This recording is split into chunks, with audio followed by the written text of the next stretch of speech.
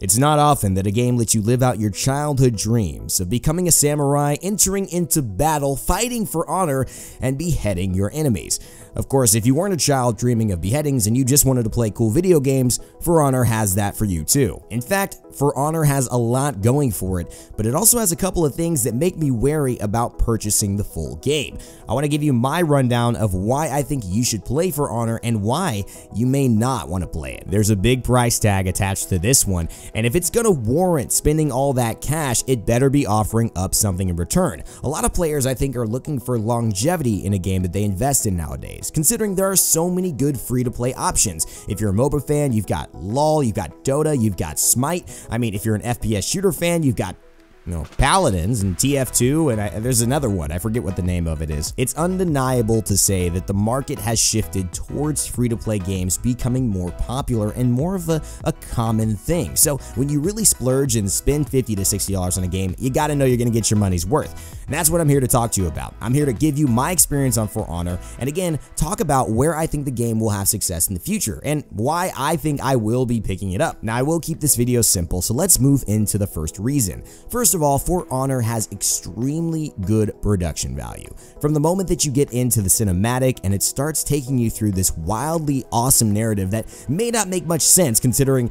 this whole war going on for years and years and years is really started over a freaking puddle. I mean, come on, man, there's got to be water somewhere else, guys. You don't need to all three fight each other simultaneously for this one puddle. I mean, the puddle got there somehow, so it's gotta come from another source, unless it just rained in that one spot. And if it did, I'm sure it rained in another spot too, brother. Come on now. I mean, I get it, but really, despite that, the point is the graphics are fantastic and it really brings you into a world. I felt like when I was playing the samurai, the Kenzai is the champion that I decided to master, I felt like a samurai. I felt like I was really in control of that character, and it made me feel invested in the game already, just putting me into that dynamic where I felt like I was in the For Honor universe, despite how maybe scantily clad the actual plot is. It's always great when production value and environment go to enhance your gameplay experience. That's what costs a lot of money, and that is definitely worth the price tag in For Honor. Now, the second reason I'm looking forward to getting For Honor and playing it as it releases today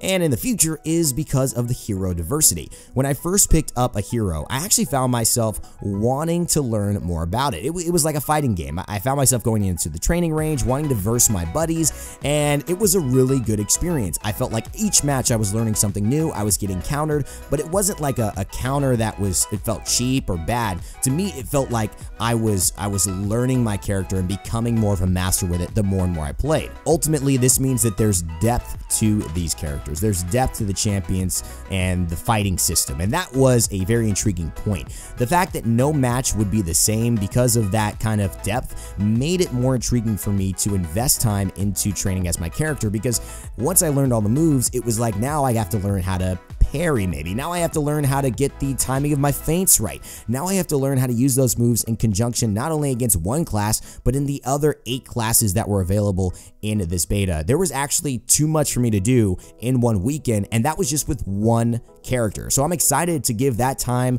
to the other 8 characters and then the 4 more that they're going to be releasing on launch. Or I mean, I think they're releasing 4 more on launch. I'm not actually sure about that. So, I mean, that's not the point of this video anyways. I'm not trying to be the detail guy. I'm just saying I really liked it. I like the new characters coming out, and I do know that the DLC coming out is going to provide 6 new characters over the course of this season, which I believe will result in 6 new characters by the end of the year. So that should be pretty exciting if you're interested in new mechanics to the game coming through. Okay, so the third thing that I'm really looking forward to in For Honor is the story modes. Now, I heard they're going to have 3 main campaigns that you can play. I'm assuming this means one for Samurai, one for Knights, and one for Vikings, but I'm not sure. I can't confirm that, but that's just what my conjecture would be.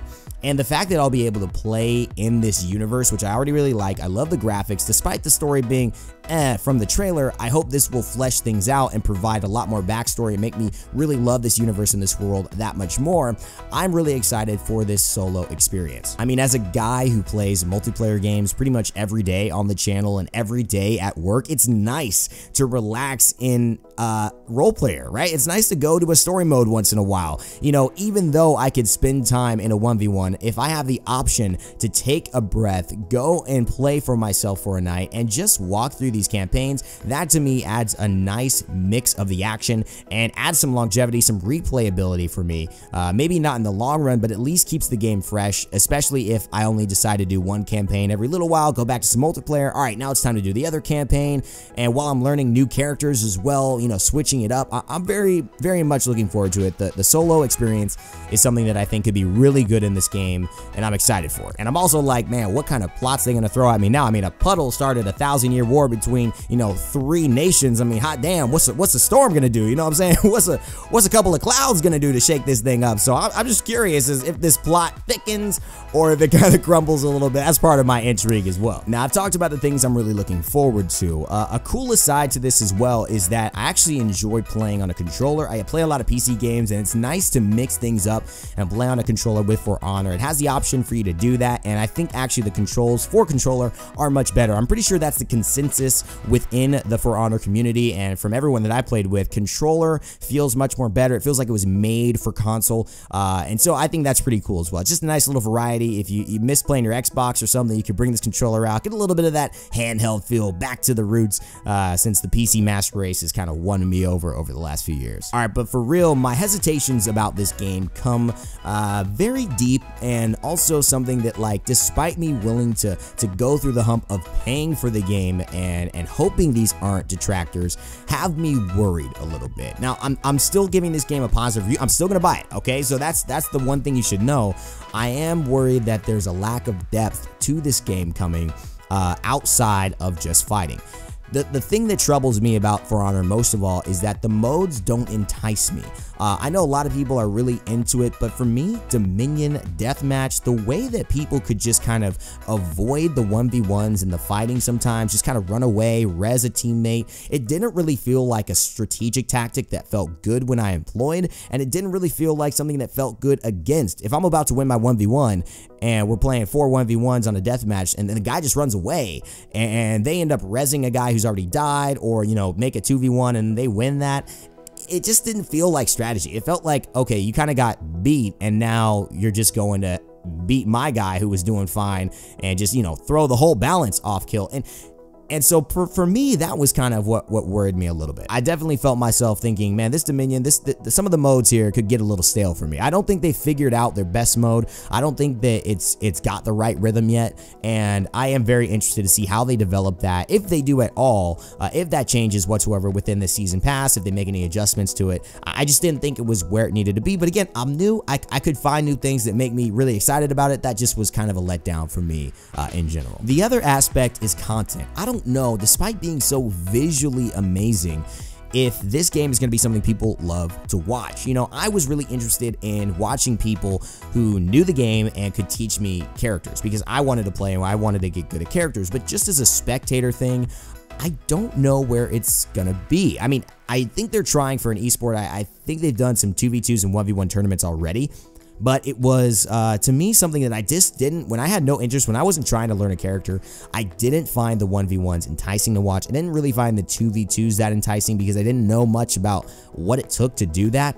And I think that it's really going to be kind of a crapshoot as to whether this takes off from a spectator point of view, from a YouTube community point of view. Do people want to watch this type of content? I can't see a lot of people really wanting to watch Dominion games.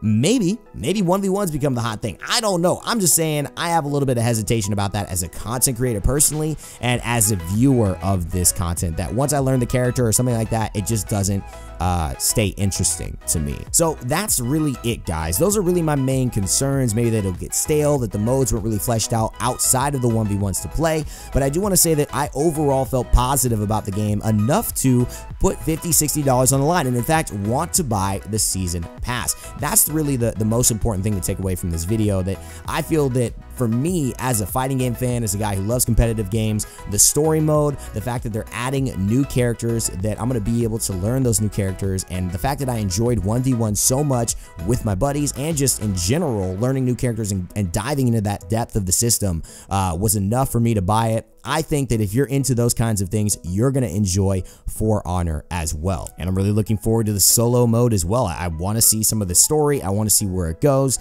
I am interested about that. And so that was another big selling point for me. Were you a big fan of For Honor? Did you play the beta? Are you gonna pick it up today? And by the way, happy Valentine's Day to those who are watching. Thank you so much for giving the love here to the channel. Leave a like, leave a share, subscribe to see more videos like this, and hit the notification bell to know exactly when I go live here on YouTube or when I upload a new video. Thanks so much for watching, and as always, remember to never give up, never stop gaming, and I'll see you all next time.